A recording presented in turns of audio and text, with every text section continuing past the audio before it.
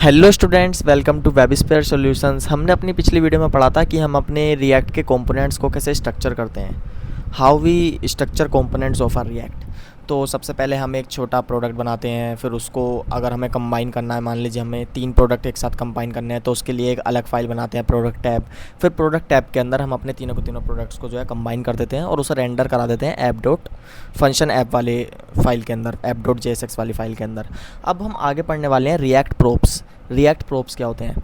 तो अगर मैं बेसिकली डेफिनेशन की बात करूं तो props are the information that you passes to a JSX tag. अब मैं आपको अगर समझाऊं रिएक्ट प्रोप्स, तो आपने फंक्शंस पढ़े थे जावास्क्रिप्ट के अंदर। फंक्शंस बेसिकली क्या होते हैं? अगर मैं इंस्पेक्ट पर आऊँ और यहाँ पर मैं आपको एक फंक्शन क्रिएट करके दिखाऊँ, मान लीजिए मैं फंक्शन क्रिएट करना चाहता हूँ, लेट फंक्शन सम का फंक्शन क्रिएट करना चाहता हूँ, प्रिंट सम, और इसके अंदर मैं 2 वैल्यू पास करता हूँ, ए और बी, और उसके बाद मैं इनको क्या कराता हूँ, रिटर्न करा देता हूँ, रिटर्न ए प्लस बी। तो ये हमारा कुछ एक फंक्शन बन गया है। अब मैं अगर चाहूँ तो सम करा सकता हूँ इसके अंदर वैल्यू पास करके, जैसे मैंने एक 10 वैल्यू पास कर दी, एक 2 वैल्यू पास कर दी, तो मेरे पास सम आ गया 12। तो इस तरह से हमारा एक फंक्शन बनता था जिसके अंदर हम कुछ वैल्यू पास करते थे, जिनको हम बोलते थे पैरामीटर्स। तो ऐसे ही हमारे रिएक्ट के अंदर प्रोप्स होते हैं। प्रोप्स क्या होते हैं? Props are the information that you pass to a JSX tag. जो हम JSX टैग को कुछ इन्फॉर्मेशन पास करते हैं एज अ पैरामीटर, वही हमारे रिएक्ट प्रोप्स कहलाते हैं। अब मान लीजिए ये जो हमारी इन्फॉर्मेशन है, ये जो हमारे तीन डिव क्रिएट हुए हैं, जो हमारे 3 प्रोडक्ट क्रिएट हुए हैं, जिसके अंदर एक प्रोडक्ट टाइटल है, प्रोडक्ट डिस्क्रिप्शन है, दूसरा भी प्रोडक्ट टाइटल प्रोडक्ट डिस्क्रिप्शन, ऐसे ही तीसरा है प्रोडक्ट टाइटल और प्रोडक्ट डिस्क्रिप्शन। अब हमें इनके अंदर इन्फॉर्मेशन जो है अलग अलग चाहिए, हमें सेम इन्फॉर्मेशन नहीं चाहिए। जैसे आपने एक फंक्शन बना दिया 2+3 का, तो हमें हर बार 2+3 थोड़ी चाहिए होता है, हमें तो वैल्यू चेंज करनी होती है ना। ऐसे ही हमें इसके अंदर ये जो इसका टेक्स्ट है, ये जो इसकी इन्फॉर्मेशन है, ये चेंज करनी है। तो इसके लिए हमारी क्या यूज़ होती हैं? रिएक्ट प्रोप्स यूज़ होती हैं। तो अगर मैं रिएक्ट प्रोप्स का आपको एग्जांपल बताऊं, तो ये हमारा प्रोडक्ट डॉट JSX है। इसके अंदर हमारी हेडिंग 3 लिखी है, हेडिंग 5 लिखी है, जिसके अंदर प्रोडक्ट डॉट टाइटल है, प्रोडक्ट डॉट डिस्क्रिप्शन है। तो मैं क्या करूँगा, सबसे पहले मैं आऊँगा प्रोडक्ट डॉट टैब वाले फाइल के अंदर। इसके अंदर मैं क्या करूँगा, मैं इसके अंदर कुछ टाइटल्स पास करूँगा।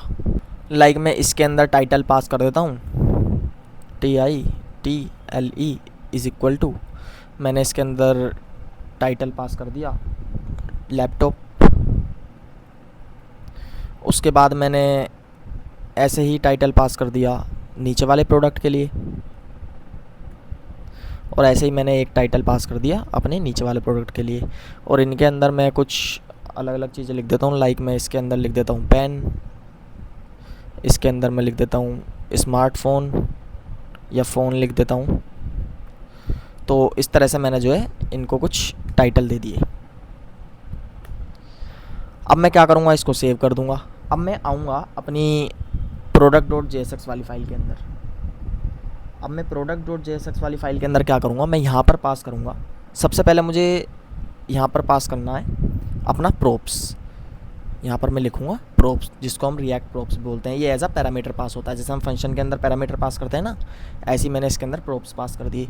उसके बाद मैं कंसोल पर प्रिंट कराऊँगा, कंसोल डॉट लॉग, ये थोड़ा गलत कर दिया, यहाँ पर आएंगे इस ब्रैकेट के आगे, कंसोल डॉट लॉग, और मैं प्रिंट करा दूँगा एज ए प्रोप्स। यहाँ पे मैंने प्रोप्स जो है प्रिंट करा दिया, और सेमीकोलन मस्ट है, तो यहाँ से हमारा जो है प्रोप्स जो है प्रिंट हो जाएगा। कंट्रोल एस करूँगा, और जैसे ही मैं यहाँ पर आऊँगा, यहाँ पर मुझे कुछ भी चेंज देखने के लिए नहीं मिलेगा, पर मैं इंस्पेक्ट पर आकर कंसोल पर आऊँगा, तो यहाँ पर मेरे कुछ ऑब्जेक्ट जो है टाइटल लैपटॉप, फिर ये भी लैपटॉप, फ़ोन, ये हमारे 2-2 बार प्रिंट क्यों हो रहे हैं? ये हमारे 2-2 बार बेसिकली इसलिए प्रिंट हो रहे हैं क्योंकि हमारी मेन डॉट JSX वाली जो फाइल है, इसके अंदर स्क्रिप्ट मोड होता है जो 2-2 बार प्रिंट करा देता है। तो उसका इशू नहीं है, बेसिकली हमारा कंटेंट तो आ रहा है ना, फ़ोन लैपटॉप पेन, हमारे सारे के सारे जो टाइटल थे वह यहाँ पर लिख कर आ रहे हैं कंसोल के ऊपर। अब हम क्या करेंगे, यहाँ पर प्रोप्स डॉट, यहाँ तो प्रोप्स ही रहने देंगे, यहाँ कंसोल में कर देंगे प्रोप्स डॉट टाइटल। ठीक है। अब हम अगर कंट्रोल एस करके अपना आउटपुट देखें, तो ये हमारे टाइटल जो है लैपटॉप फ़ोन पेन, ये हमारे प्रिंट हो गए हैं। और अब हम यहाँ पर क्या करेंगे, अपने H3 के अंदर यहाँ पर हम लिख देंगे कर्ली ब्रेसिस के अंदर